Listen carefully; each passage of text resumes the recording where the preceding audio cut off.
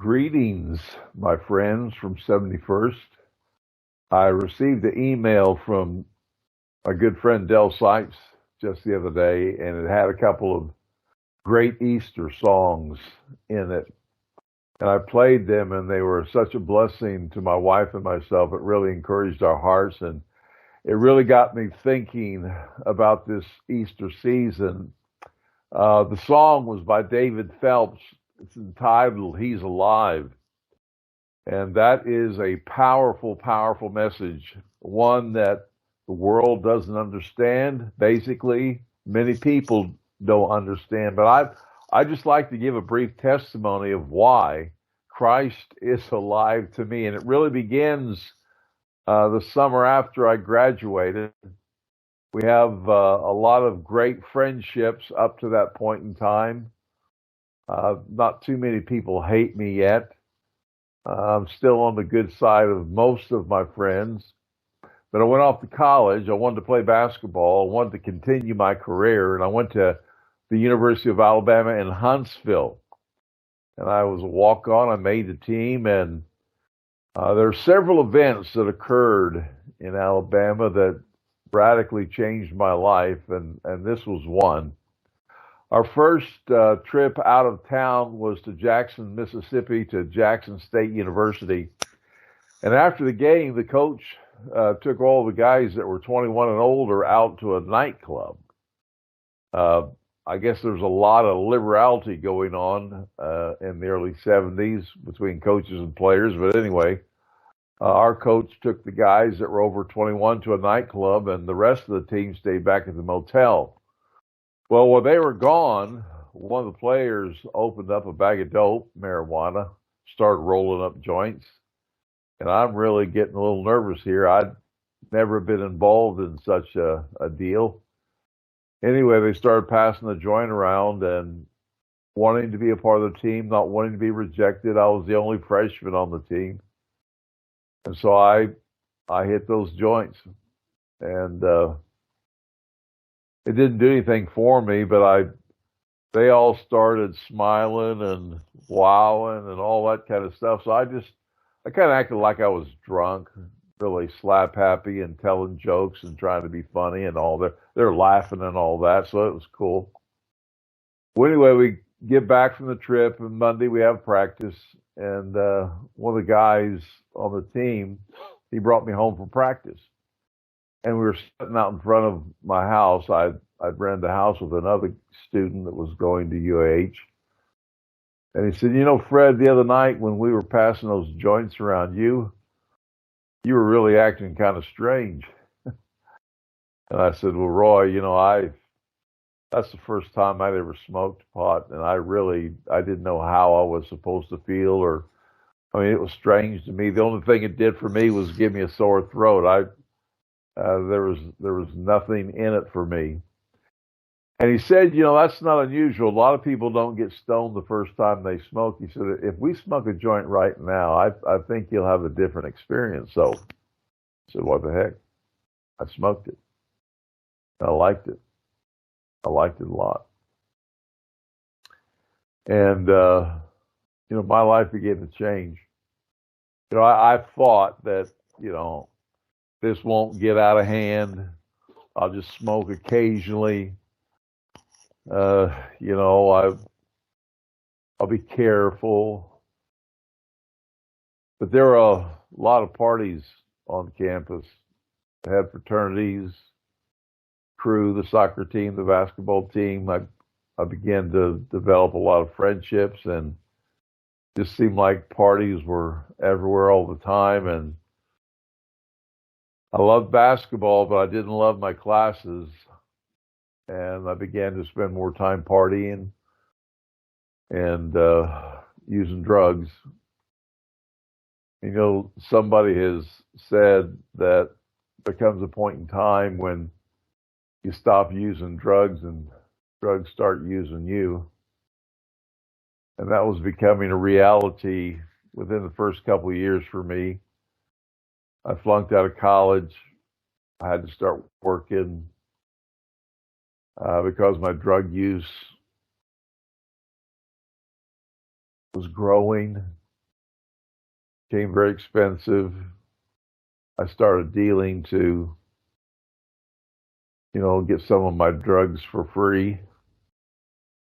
And I remember I had just bought a kilo of pot, 2.2 pounds, and 500 714 soapers and 500 goofballs. They were a homemade speed and very strong, potent. Anyway, when I picked them up, the guy put them in a brown paper bag, just like a big grocery sack, and I carried them in my car, put it in the trunk, came home, took it out of the trunk, carried it in the house. We had a bar right inside of the house. And I sat on the bar and I was getting ready to break down the pot into bags. And a friend of mine from Florida pulled up. He had gone to high school there in Huntsville and, was part of the gang that was still there in town, part of the gang that I'd met at UH going to school. And he just said, "Hey, let's go see the guys." He was in the military. He was up from Florida. He had a vet and he had Florida plates. I think that's important. Anyway, I just left the pot and the pills and everything on the bar and locked up the house. We took off, came back about 3 o'clock in the morning. And as he pulled in the drive, there was a cop car and a narc squad that pulled in behind us. And they searched us and they searched his car. I mean, they went over it thoroughly, opened the trunk, took everything out, couldn't find anything. And finally, I'd say 30, 45 minutes gone by. Finally, one of the police officers said, I'm confident that if we go in the house and we're going to find drugs in there. And I looked at him, I said, "Listen, you've been hassling us for almost an hour now. You tore this guy's car apart. You go in the house and you wake up my two roommates. They both work out at the Redstone Arsenal. And you tear up our house and cause a big problem tonight." I said, your commander is going to get a call from their commander, and you're the one that's going to be in trouble, not me, because there's nothing in that house." And they got in their car and left. That was a significant event for me because I knew that if they'd have gone in that house, I'd have been busted in jail, and I'm confident my life would have, again, radically changed for the worse. So I said at that point, I've been dealing, for almost 2 years, probably by this point. I decided that I was going to really try and turn over a new leaf and get a good job and make something of myself. And anyway, I had the opportunity to go to a manager training school for Church's Fried Chicken in St. Louis, Missouri. I got my first store was in Montgomery, Alabama, and I worked there for about a year. I had a good friend, a roommate. He's about 6'4" and 275, 280. He was a lineman for the Alabama A&M. He could run a 40 in about 4.9. He's a monster of a man. And I didn't believe he was that fast. And I said, I'll challenge you to a race. I mean, he smoked me. It wasn't even close. Huge man. Anyway, we were good friends and shared an apartment. And his name was Willie Malcolm Burroughs. And of course, we got high together. I'd signed something with churches. I signed an agreement that I would no longer use drugs. I had admitted that I had a drug problem, and I was trying to overcome and get free of all that. And so I signed an agreement that I'd no longer use drugs, but I did. And the district manager had come to check in on me. And actually, I had just got an award. I was the number one store in the district, had the highest percentage of profit, and sales were way up, and everything was going good. I was working hard, but I was high. And he caught me. And he says, "Fred, you've been doing a good job. I know you've been under a lot of pressure. Why don't you just go ahead and take a couple of days off, and I'll cover for you." And we'll just start again. I guess I was just so frustrated, disappointed in myself. I'd promised that I wasn't going to use drugs, and here I am again. And I knew I wasn't going to quit. I knew I couldn't quit. So I just got in my car, at a 340 Dodge Challenger, 1972 Dodge Challenger. I left Montgomery, headed back to Huntsville. We got a place, and the very next day, I'm talking the very next day, I'm driving down the Parkway. And there's a radio news report that comes on. It said, Willie Malcolm Burroughs of Montgomery, Alabama was arrested today for attempted bank robbery. First National Bank or whatever. I mean, the day after I left Montgomery, my roommate went and robbed a bank and got caught. And I'm absolutely confident that if I'd have been there one more day, because he didn't have a car, he would have said, Fred, I need to go to the bank. Would you take me to the bank, Fred? I'm confident he would not have told me what was going on. And I've been in trouble again. There's a place called Jim Walter Homes. Two of my friends worked in the accounting department, and they helped me get a job there. And so I was selling homes, driving around the countryside all day, smoking dope and talking to people, trying to get people to buy homes. Had real long hair. I was a freak. It didn't matter. So many freaks in 1971, 72, 73, in that era. Everybody had, my office manager, he had long hair. I mean, he took me out on a training run, and on the way home, he fired up a big joint. That was my manager. Anyway, I'd worked there a while and was selling some houses, and somebody one Sunday night gave me a hit of acid, and man, I was blitzed for at least 3 days. I didn't go to work for 3 days. Didn't call in, didn't go to work. Finally, on Thursday, I showed up, and the office manager called me back to his office, and he says, Fred, he says, do you have a drug problem? I said, yeah. He says, why don't you go home and try and get your life straightened out? He said, I'll pray for you. I thought, wow. So that's what I decided to do. I came home and got a job working for Rick Construction, Terry Rick, my good buddy from way back. And I was not a carpenter. I was not a carpenter. My mind was very messed up at the time. And Terry's dad, Mark Rick, was a great man, hard-working man, tremendous carpenter. But he wanted to fire me just every day. I would mess up. I would do things. I mean, I'd fall through the ceiling. Blowing insulation in a brand new house, I'd fall through the ceiling. Yeah, I just did so many things that were just. But Terry wouldn't fire me. I mean, he wouldn't.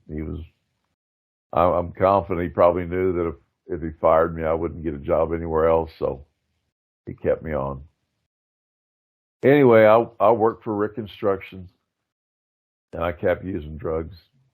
And Dell would witness to me a lot. He would search me out. He had signed me up to play in a 2-on-2 tournament down at the Civic Center. I didn't remember.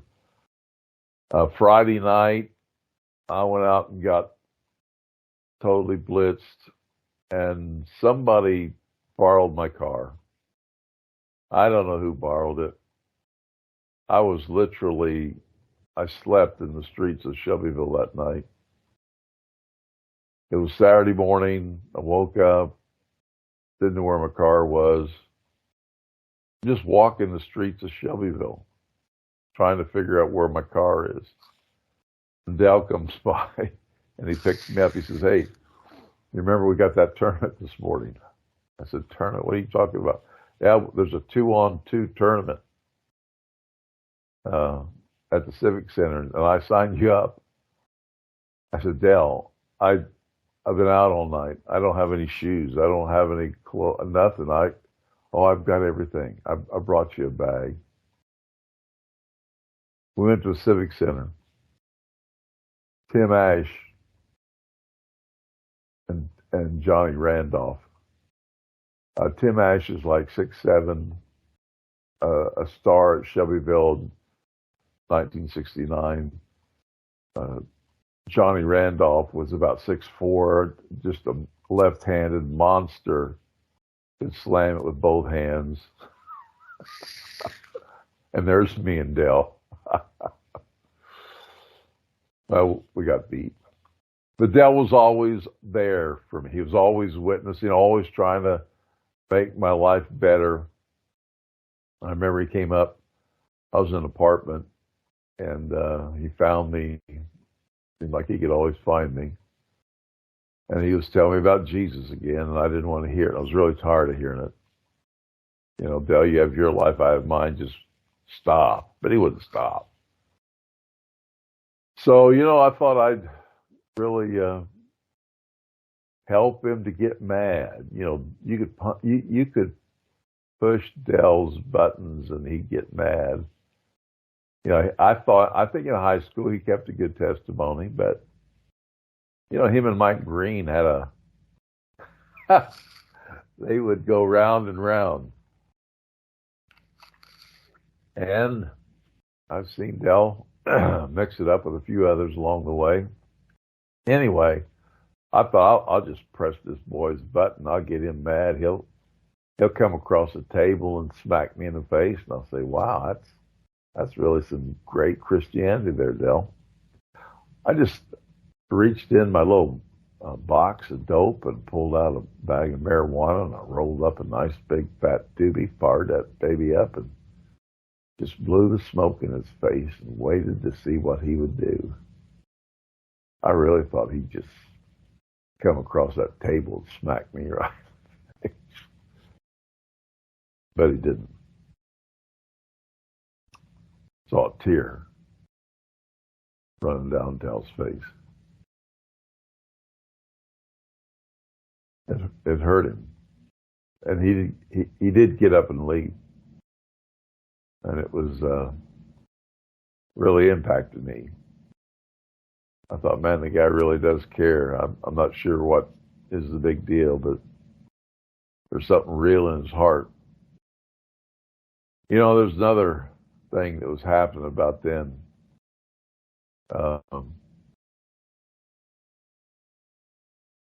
Denny Johnson got married, and he and his wife had an apartment just kind of around the corner from the St. Paul Tavern upstairs. And so just every once in a while, I'd go up there and get Denny, and you know, he's an old married man. And so I'd say, "Denny, let's go down to the tavern and have a beer," you know, and we'd go down there and drink a couple of beers and talk, you know, and then he'd go back to his apartment to his wife, and I'd head out, go out and party the rest of the night. And anyway, one night I went up there and I said, "Denny, let's go have a beer." And he said, "I can't." I said, "You can't? Why can't you?" He said, "I got saved." "What do you mean you got saved?" He started telling me about Jesus, just like Dell. I thought, "Oh, man, whatever you got, Denny, I don't want. Goodbye." But Denny's a good friend. He wouldn't leave me alone. He knew I was in trouble. He knew I was sinking fast. So he kept after me. And I had two of them, Dell and Denny both. They're both just on me, talking to me about Jesus, wanting me to go to church. And I just, wow. You know, church to me was not it. You know, I was like a lot of people at the time. You know, church is just for hypocrites. You know, it's just it's just not real. It's just not. I'm not good like that. I don't want to be good like that. That's just not who I am. I mean, I've been out in the world for about 4 years now, and I like it. I like it a lot, but it's something else that happens when you've been, drunk and stoned every day now for 2.5 years. You start losing your relationships. You really don't have good relationships anymore because you're a taker, And it's not that you want to be. You have to be. You can never get enough money. You can never have enough drugs. You can never find enough parties. I mean, that's all you live for every single day is to find some drugs, alcohol. I would start drinking at night just to bring me down. I was using a lot of speed at the time to be able to get up and go to work and stay alert all day after partying all night. I used a lot of speed, and so every night I would just drink myself to pass out, just to be able to sleep, get some rest, and then get up in the morning, start taking pills again just to go. Again, after you have taken advantage of people and hurt people, life gets to be real lonely. It's not fun. And you don't do it because you want to. It's just the only option. You know you're not going to stop using drugs. You know it. Once you become an addict, you're going to die that way. That's just part of the culture. It's kind of a hopeless thing that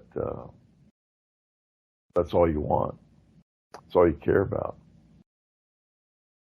And so, I left out one other, and I found this out later. So I lived with, turned out to be a bank robber. I almost got busted for dealing dope. And one of my good buddies from Alabama, I won't say his name, but he was a dealer too, and we spent a lot of time together. But I was just curious a few years back, how he was doing, still alive, whatever. And I began to look on Facebook, and I found him. I don't know, I just never thought about it before, and I found him. And so I got his telephone number and called and asked him how he'd been doing. He wasn't doing well. His health was real bad. He stayed in the drug culture longer than I did, and he got involved. He'd go down to Texas. He had a contact in Texas. They were bringing drugs across the border, and he'd pick up a trunk full and take it to the East Coast. Already had an address, had a delivery point. He'd drop off the drugs and pick up the cash and go back to Alabama, wait for another call, do it again. But he got busted. Spent 15 years in prison. While he's in prison, his wife, he was a incredible mechanic. He restored cars.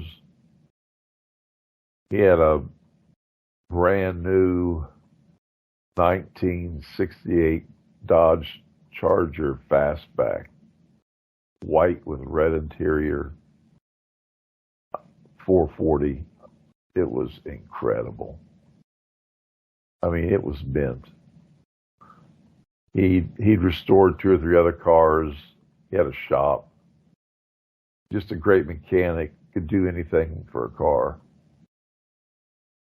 And while he was in prison, his wife sold all of his cars, all of his tools, and then got a divorce and left him. So when he got out, he had a lot of health issues. And I was able to talk with him and share the Lord. And it was just I had a great time with my buddy from Alabama. And he's not doing well physically because he stayed too long. I know when I did the drug ministry in Somerset, Kentucky for over 10 years, we literally went through thousands of people. We had anywhere from 75 to 100 on Friday nights.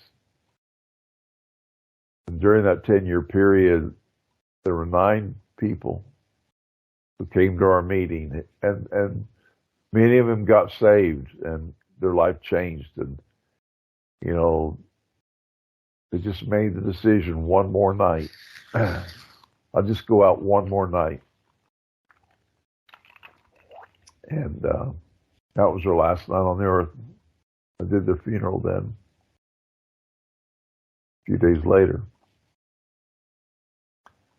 A lot of times you don't get another chance. I mean, there's no mercy with drugs. I mean, they can take your life at any time, especially today, while the kids are facing this fentanyl. It's just devastating.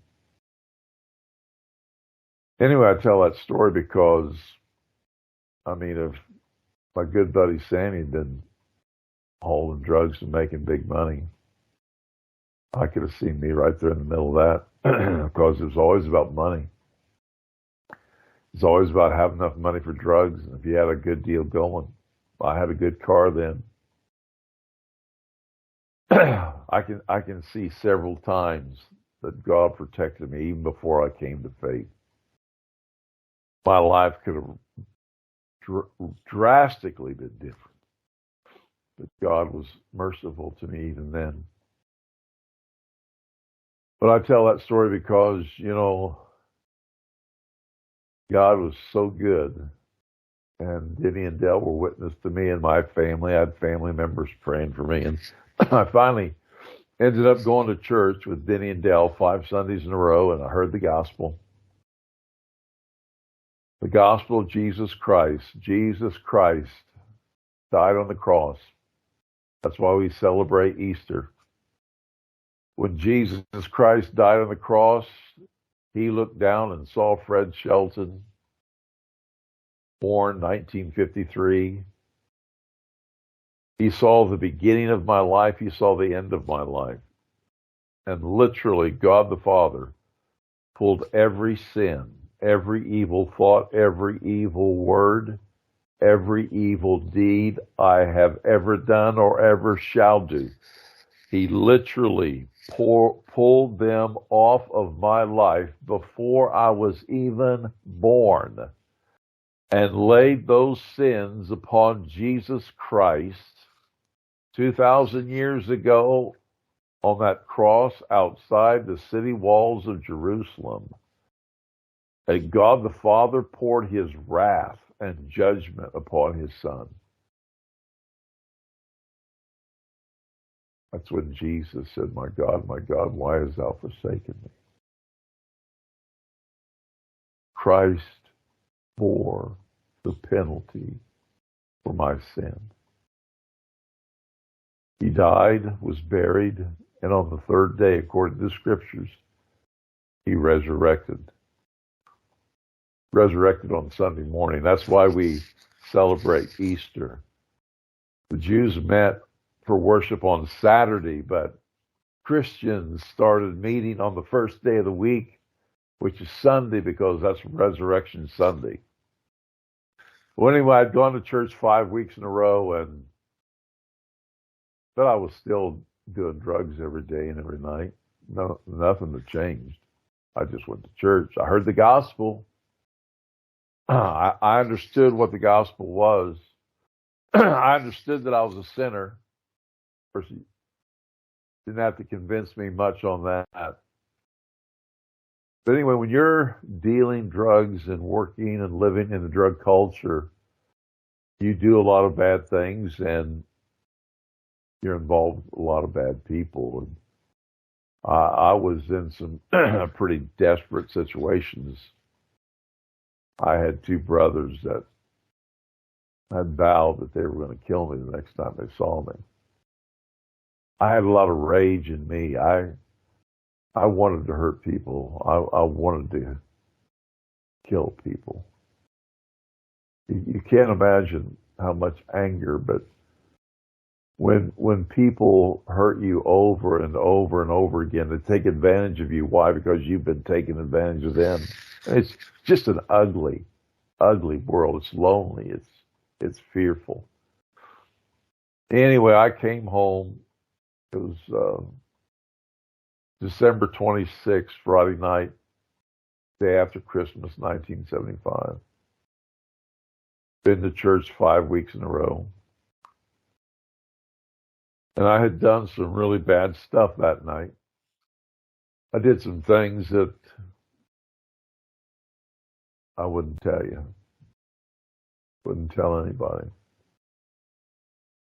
And I came home and I laid down on the bed and I said, Fred Shelton, how'd you get here? You know, I still remembered being a part of the class of 1971, Shelby County champs. Mid-Hoosier Conference, county track champs, proms, dances, the sock hops. My friends. But my friends didn't want to be around me then. Life was not good. I just said, Fred, how'd you get here? And my mom and my dad had put a Bible in my room. I don't know how long it had been there. I'd never noticed it before, but I noticed it this night. I picked it up. And I didn't know anything about the Bible. I couldn't have told you John 3:16. I knew nothing. And I just grabbed it. And I opened it up. And God is my witness. Here's the very first words that I saw. For they sleep not, except they have done mischief, and their sleep is taken away, unless they cause some to fall. For they eat the bread of wickedness, and drink the wine of violence. That's Proverbs chapter 4, verses 15 and 16. And when I read those verses, the Spirit of God just bore down on my soul. Now, I don't know if you've ever had that experience or not. I'd not. I had never had such a moment. There was a deep sense of conviction upon my heart. I wasn't sure what I was supposed to do. I wanted to pray, but I really didn't know how to pray. In the Methodist church, they used to quote the Lord's Prayer every Sunday. So I tried to say the Lord's Prayer, Our Father, which art in heaven. But that was all I could remember. I didn't seem to do anything. And finally, I said out loud, here's what I said. 4 words. Oh God, forgive me. For the first time in my life, I knew 2 things were true. Number 1, God is real. Number 2, He had just forgiven me. I was forgiven. There's no way to put in words what that's like. To live in the realm and the reign of sin and darkness. To be bound up with such guilt and shame, just overwhelming guilt and shame. And then to experience the love of God, the peace of God, the joy of all in a moment. I'm telling you, special, special moment, one that I have never forgotten, never gotten over. I'm still excited every time I think about it. Well, God laid me down. I went to sleep. I woke up the next morning and I headed to Heartbreak Hotel. I knew Ollie Swain would be there. And I walked into that motel room and there's Ollie cooking up psilocybin mushrooms and there's a whole group of guys in there. Not important who they were, but they wanted me to partake of the mushrooms and I said no. I said, Ollie, I got saved last night. I said, let me tell you something. God's real. And if you ask him, he'll forgive you. Well, you know what their response to that was? Shelton's gone nuts. They started laughing and mocking, making fun of me. That's fine. I began to pray for Mike and a lot of other people. But Mike was very special. You know, many of you may not know this. Mike Swain came to faith. I baptized him. And Mike struggled a lot. He had a hard life, and he struggled a lot. But he had some good days, too. He had some really good days. He lived with me for a while, and I really tried to help him get better. But just because you come out of the drug culture, it doesn't leave you. I mean, you have to fight it.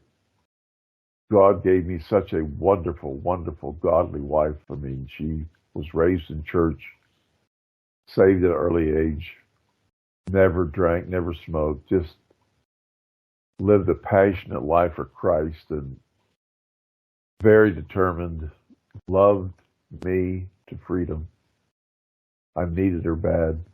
God gave her to me. And I think every recovering addict needs somebody like that. You need a friend. And I sought to be that friend to Ollie.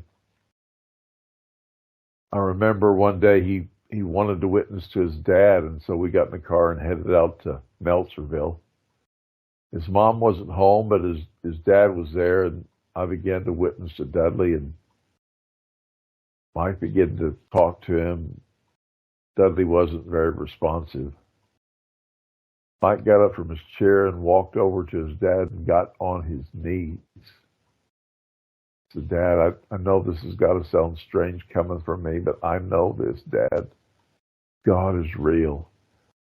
And he wants to love us. He wants to forgive us, but you need to ask him. You've got to humble yourself before God and ask him. Mike was on his knees begging his dad to come to faith.